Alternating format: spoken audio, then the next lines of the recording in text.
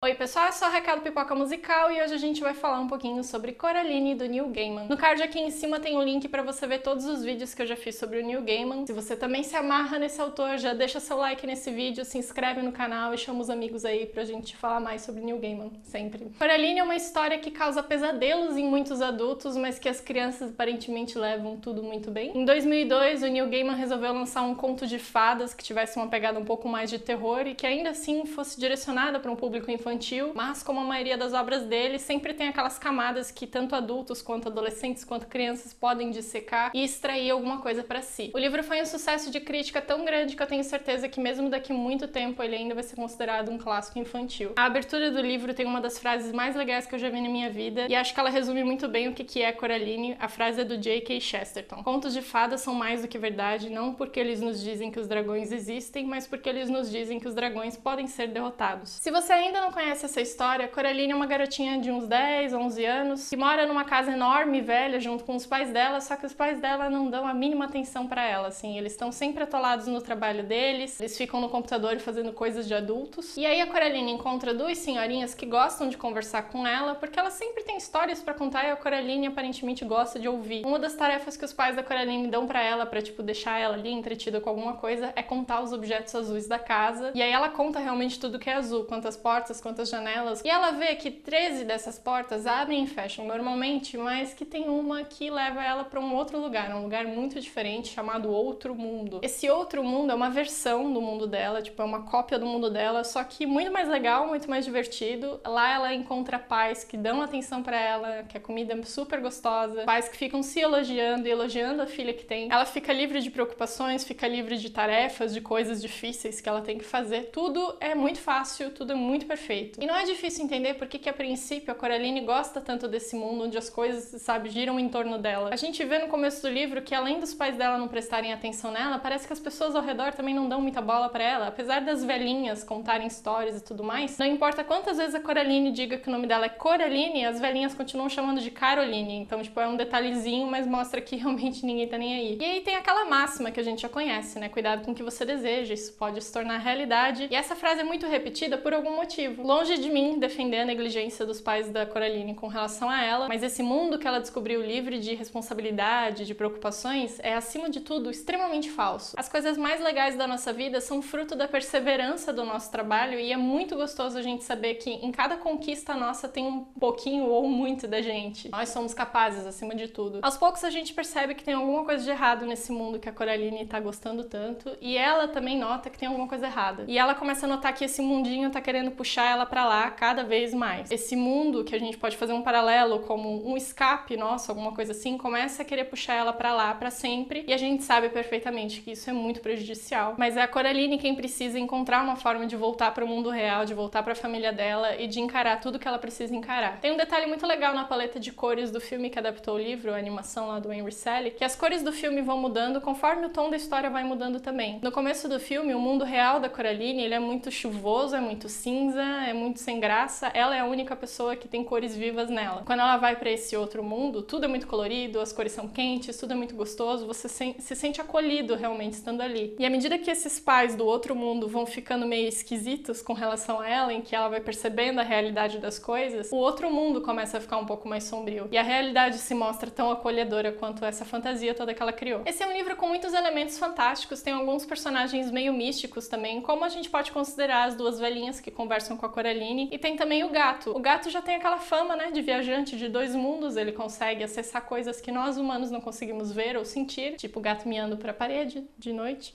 Meio estranho. E é principalmente nesses momentos que a gente vê como a epígrafe do livro se mostra tão intrinsecamente relacionada à história. Coraline é uma espécie de conto de fada e os contos de fada, literatura, qualquer tipo de ficção ajuda a gente a lidar com certas questões da nossa vida, com questões internas, externas, enfim, a lidar com problemas e realidades que a gente precisa enfrentar. Essas histórias nos ajudam a derrotar dragões. Ela tem desafios, ela tem inseguranças e toda essa jornada serve para fazer ela amadurecer e se sentir preparada preparada para outras coisas que vão vir pela frente. Na época do aniversário de 10 anos do livro, o Neil Gaiman comentou que esse é um dos livros mais esquisitos que ele já escreveu, mas que ele tem muito orgulho do resultado da obra. As crianças leem e gostam da aventura, gostam desse mundo que a Coraline enfrenta, gosta do gato falante, enfim. E os adultos, né, aquela história das camadas, os adultos interpretam isso de uma maneira diferente, e essa troca de papéis, né, essa reação que o livro causa em adultos e crianças é um resultado meio esquisito, mas muito positivo também. Tem uma curiosidade legal envolvendo Coraline. Na segunda temporada da série Lucifer, a detetive, que é uma das personagens principais da série, ela passou por uma barra fodida, assim, no episódio inteiro, e aí no final ela só se conforta com o fato de poder deitar ao lado da filha dela, e ela tá lendo justamente o finalzinho do livro Coraline. A filha dela gosta tanto da história que pede pra ela começar a ler de novo, e ela fala, então tá bom, então vamos mais uma vez. E ela começa o livro do começo. Foi um detalhezinho bem pequenininho, bem sutil, assim, mas que eu gostei muito de ver lembrado na série. Tem um box com 3 livros do Neil Gaiman ilustrados pelo Chris Riddle, em que vocês encontram a história de Coraline. E na época em que o livro fez 10 anos, em 2012, a Bloomsbury fez uma edição especial em capa dura, que veio dentro dessa caixinha roxinha, tem o desenho do Chris Riddle na frente, a parte interna é amarela, aí o livro tem essa jacket, a lateral dele é assim, é um livro simples com a capa preta. Porém, além da guarda ser amarela e a gente encontrar os desenhos todos originais dentro, essa edição especial aqui é autografada pelo Chris Riddle e pelo Neil Gaiman. Tem a edição 1362 de 2250 que foram autografadas por eles. Nem preciso dizer que esse livro aqui é o meu xodozinho da estante, né? Não impresso pra ninguém, mas admito que, assim, fora o fato de ser edição autografada, eu gostei bastante da ideia da caixinha mais durinha, assim,